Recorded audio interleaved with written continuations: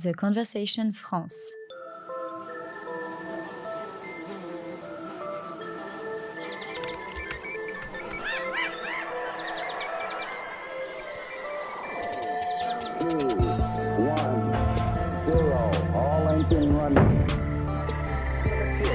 Pursue the exploration of the universe.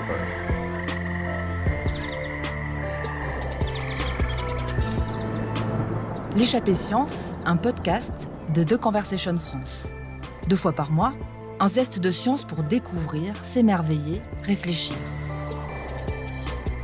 Bonjour à toutes et à tous et bienvenue dans notre podcast L'échappée science. Je suis Jennifer Gallet, chef de rubrique environnement pour le média The Conversation.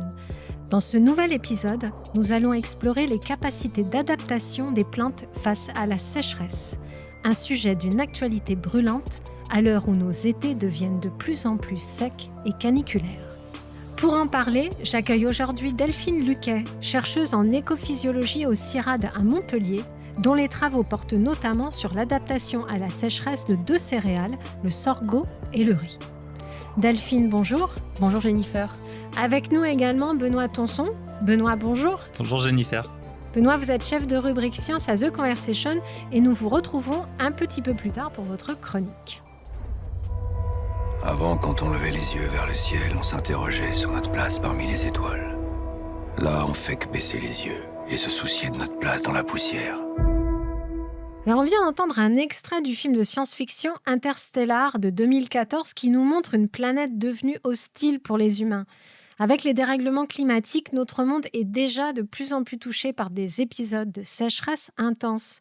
Et cette situation a de lourdes conséquences pour l'agriculture. Est-ce qu'un jour on pourrait parvenir à cultiver des plantes sans eau? Ou est-ce que ça aussi, Delphine, c'est de la science-fiction? Eh bien malheureusement, c'est de la science-fiction. Aujourd'hui, les connaissances sont indéniables. Il sera impossible de cultiver un jour les plantes sans eau. Il n'y aura pas de plantes miracles. Si on veut adapter les territoires agricoles au changement climatique et notamment à la sécheresse, il faudra déployer un ensemble de solutions adaptées localement. Ce seront des espèces, effectivement, des espèces cultivées mieux adaptées à la sécheresse, éventuellement des variétés améliorées au sein de ces espèces, mais ce seront aussi des moyens de cultiver les plantes qui seront plus économes en eau. Et ce sera aussi, au niveau des territoires, une façon différente de penser l'usage de l'eau entre les secteurs utilisateurs d'eau. L'industrie, l'agriculture, l'eau potable.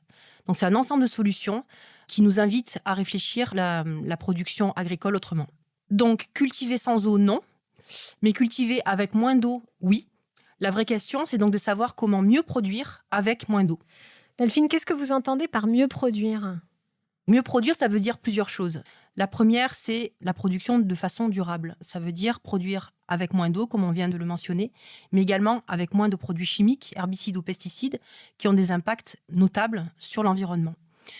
Il faut quand même rappeler que le secteur de l'agriculture est un des secteurs qui a les plus forts impacts sur le changement climatique, même s'il en subit les conséquences. C'est un des plus gros consommateurs en eau. Et c'est un des secteurs qui émet 22% des gaz à effet de serre qui contribuent au réchauffement climatique. Le deuxième élément qui fait qu'on peut produire mieux, c'est de produire bien, au bon endroit et au bon moment. C'est-à-dire rendre les territoires agricoles les moins dépendants possibles des importations et d'y assurer la sécurité alimentaire. Problématique qui va être plus ou moins importante selon les régions du monde, mais qui est un problème majeur face au changement climatique. Donc pour cela, il faut disposer de solutions d'adaptation au niveau des territoires qui vont être ciblées sur des problématiques et des contraintes locales. Il faut quand même rappeler que la sécheresse, ça veut tout et rien dire. Il n'y a pas une sécheresse, mais des sécheresses, et que chaque territoire agricole va faire l'objet d'adaptations spécifiques en termes de variétés, d'espèces cultivées ou de solutions, de pratiques agricoles qui vont venir répondre à cette problématique territoriale. Donc finalement, ce qu'il va falloir déployer, ce sont des solutions agroécologiques d'adaptation au changement climatique et à la sécheresse des territoires agricoles. Qu'est-ce que vous entendez par agroécologie? Si vous pouviez nous définir cette notion centrale pour l'agriculture du futur en quelques mots. On peut définir l'agroécologie comme l'ensemble des pratiques agricoles qui vont s'inspirer des principes de l'écologie pour des pratiques durables et respectueuses de l'environnement. Donc qui vont non seulement permettre la production agricole et sa stabilité face aux aléas climatiques, mais qui va également assurer des services écosystémiques, par exemple un maintien de la fertilité du sol, une réduction, on en a parlé, de l'émission des gaz à effet de serre, ou encore la mise à profit des interactions entre la plante et le microbiome du sol, donc toute la microbiologie qui vit dans le sol, pour permettre une stabilité des rendements, quels que soient les aléas du climat.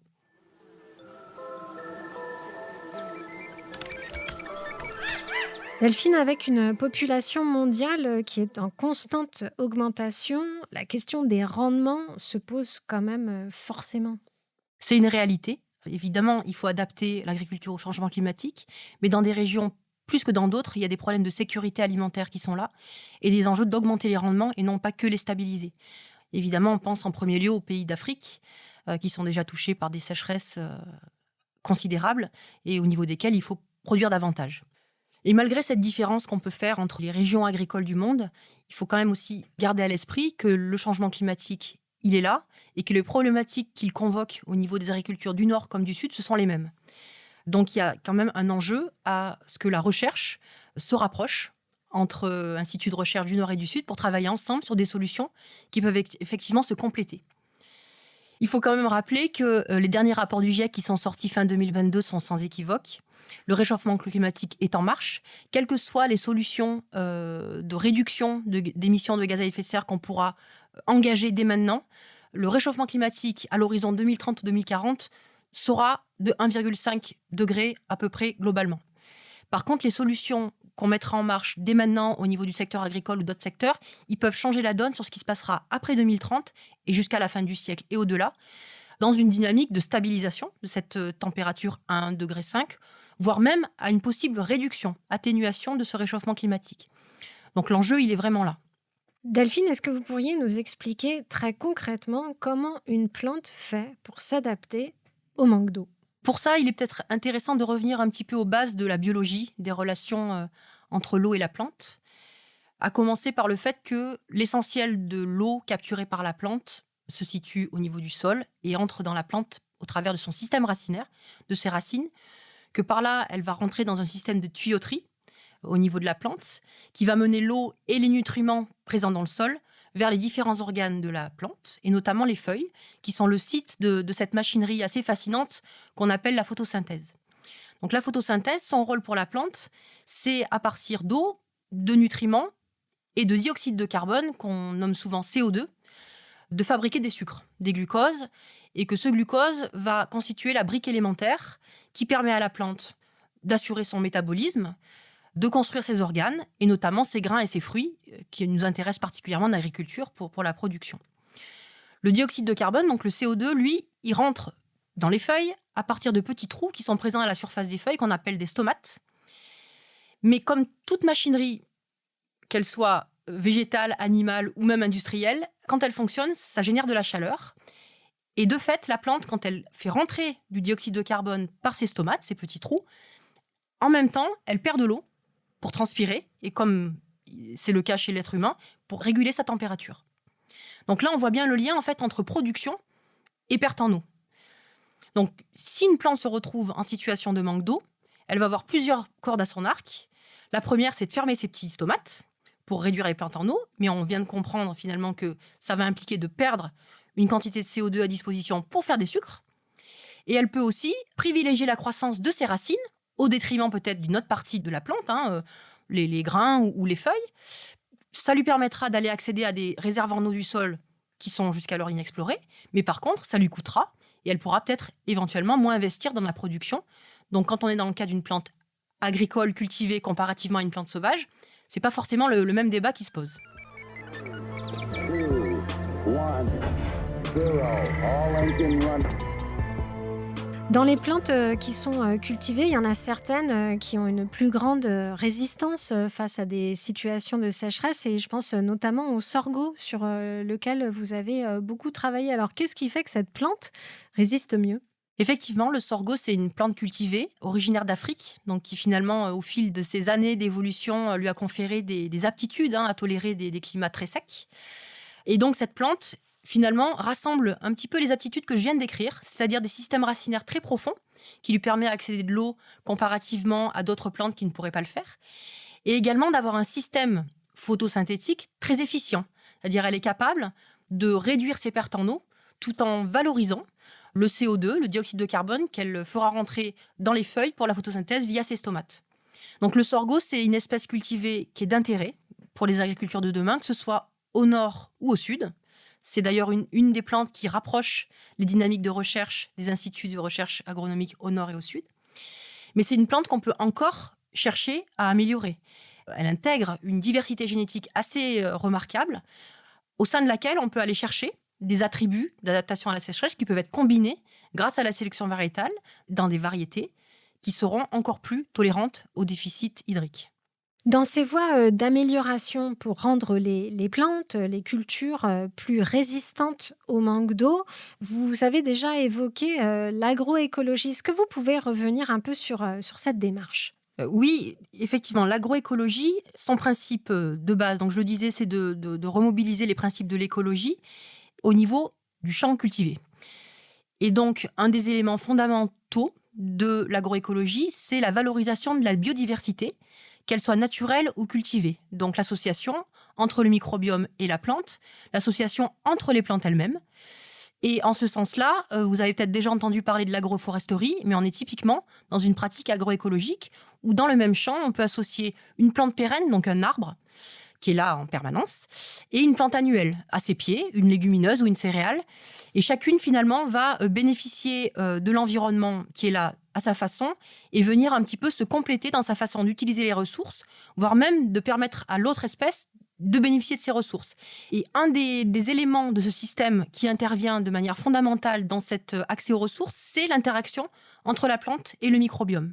Est-ce que vous pourriez nous donner un exemple précis de cette association entre arbres et plantes ? Oui, et je vais volontairement vous donner un exemple qui est du ressort d'un système de culture au sud, en Afrique, au Sahel, puisque finalement, l'agroforesterie, ce sont des pratiques assez ancestrales sur lesquelles il y a des savoirs locaux au niveau de l'Afrique qui peuvent être justement très intéressants à mieux comprendre et à mobiliser aussi pour des agricultures ailleurs dans le monde. Et on en parlait tout à l'heure, de cet enjeu de connexion entre les recherches au sud et au nord. Et en l'occurrence, il s'agit de systèmes agroforestiers associant un arbre qui s'appelle le féderbia, en dessous duquel on cultive des céréales de type sorgho ou mil. Et ce sont aussi des arbres, ces féderbias, au-dessous desquels les troupeaux viennent se mettre à l'ombre et donc viennent faire leurs excréments. Et en fait, ces excréments vont minéraliser ou plutôt fertiliser le sol, ce qui va être un bénéfice également pour la culture de sorgho de mil qui va être ensuite cultivée à cet endroit-là. Donc là, on est dans un vrai cas d'agroforesterie, plantes pérennes, plantes annuelles et même pastoralisme, avec des bénéfices partagés en termes de partage des ressources, en termes aussi d'ombrage que l'arbre féderbia va procurer à la culture en évitant des pertes en eau inutiles du fait d'un sol trop ensoleillé. Donc c'est vraiment un bénéfice partagé qui se met en place au niveau de ces systèmes.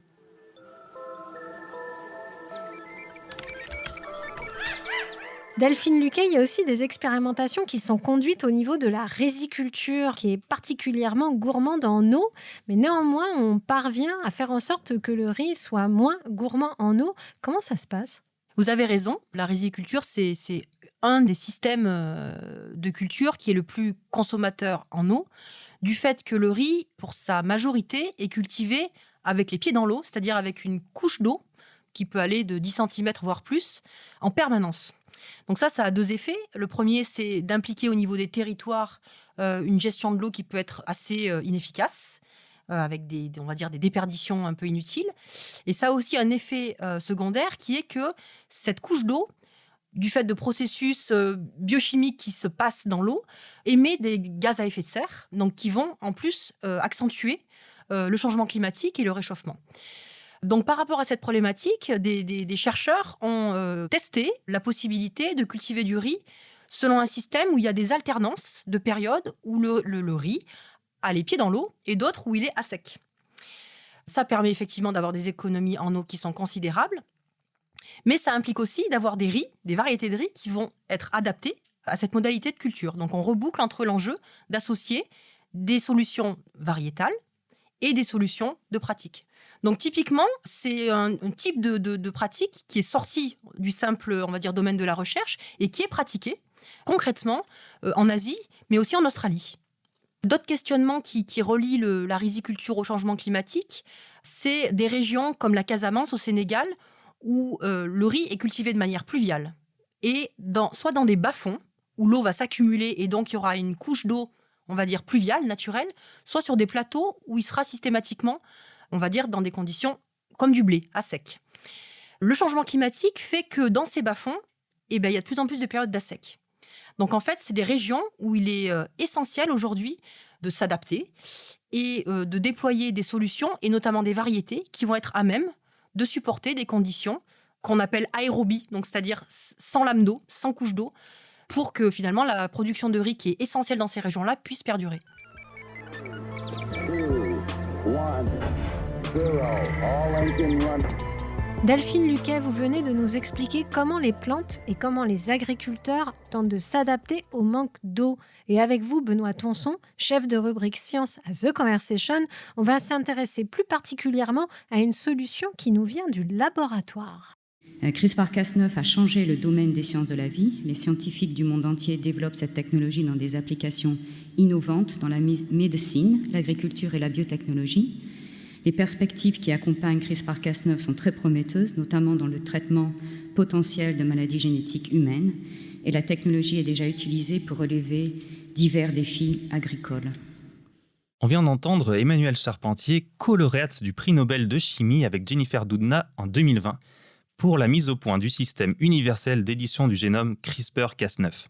Et elle le dit, cette technologie pourrait permettre de révolutionner les biotechnologies avec des applications en santé humaine notamment, mais aussi, et c'est ça qui va nous intéresser, pour l'agriculture.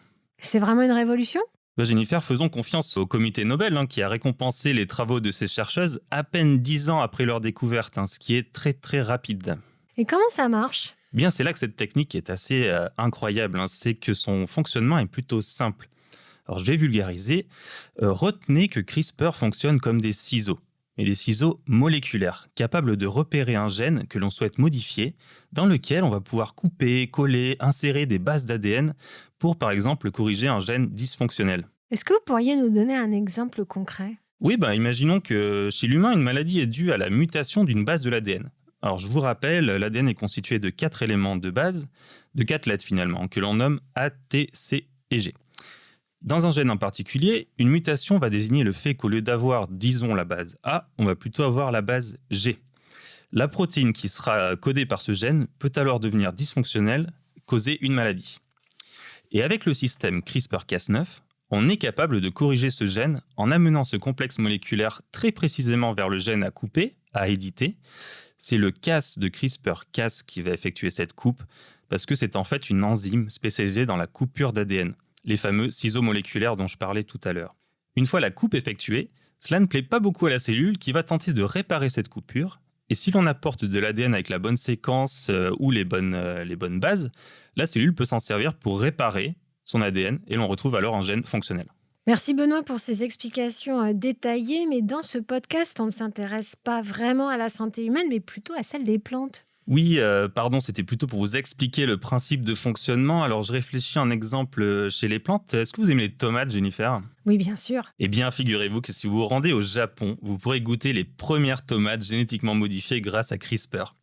C'est la firme Sanatec Seed qui a commercialisé des tomates à haute teneur en GABA.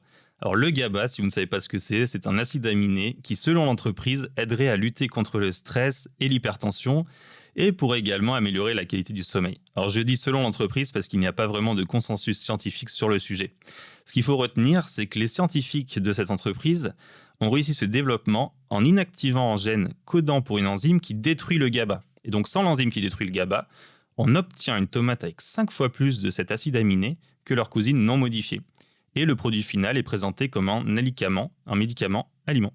Alors pour ne pas exploser mon bilan carbone, j'ai pas vraiment prévu d'aller au Japon dans les mois qui viennent, mais est-ce que cependant je peux me préparer une petite salade de tomates CRISPR ? Et non, parce qu'en France et plus largement en Europe, une plante CRISPR n'est pas autorisée à la vente, comme les plantes OGM. Mais cela n'empêche pas cette technique d'être un outil très utile pour les biologistes pour mieux comprendre la génétique des végétaux. Merci pour cette chronique, Benoît. Alors, Delphine Luquet, les plantes éditées ne vont pas pousser dans les champs de l'Union européenne, mais l'intérêt de cette technologie pour les scientifiques est réel. Est-ce que vous pouvez nous en dire un peu plus ? Oui, effectivement, aujourd'hui, on ne peut pas utiliser CRISPR pour créer des variétés qui seront commercialisées. Les plantes qu'on dit donc éditées quand elles sont issues de la mise en œuvre de la technologie CRISPR sont considérées au jour d'aujourd'hui en Europe comme des OGM et de ce fait, elles ne peuvent pas être commercialisées. Donc, pour nous, scientifiques, CRISPR, c'est une méthode parmi d'autres que l'on mobilise pour accélérer l'acquisition de connaissances sur le rôle des gènes dans leur capacité à adapter les plantes au changement climatique ou à la sécheresse. Il y a d'autres outils qui existent, mais celui-ci a la particularité d'avoir un potentiel d'accélération de l'acquisition des connaissances et d'accélération de création de variétés qui est inédit. Pour adapter l'agriculture au changement climatique et au manque d'eau, on peut penser que c'est un outil qui aura un rôle majeur à jouer. Merci Delphine Luquet pour tous vos éclairages. Je rappelle que vous êtes chercheuse en écophysiologie au CIRAD. Et merci Benoît Tonson, chef de rubrique Sciences, pour votre chronique. Retrouvez tous nos articles sur l'adaptation de l'agriculture au changement climatique sur notre site The Conversation. Et à bientôt pour un nouvel épisode de l'Échappée Sciences. 2, 1, 0, all engine running. Pursue the exploration of the universe.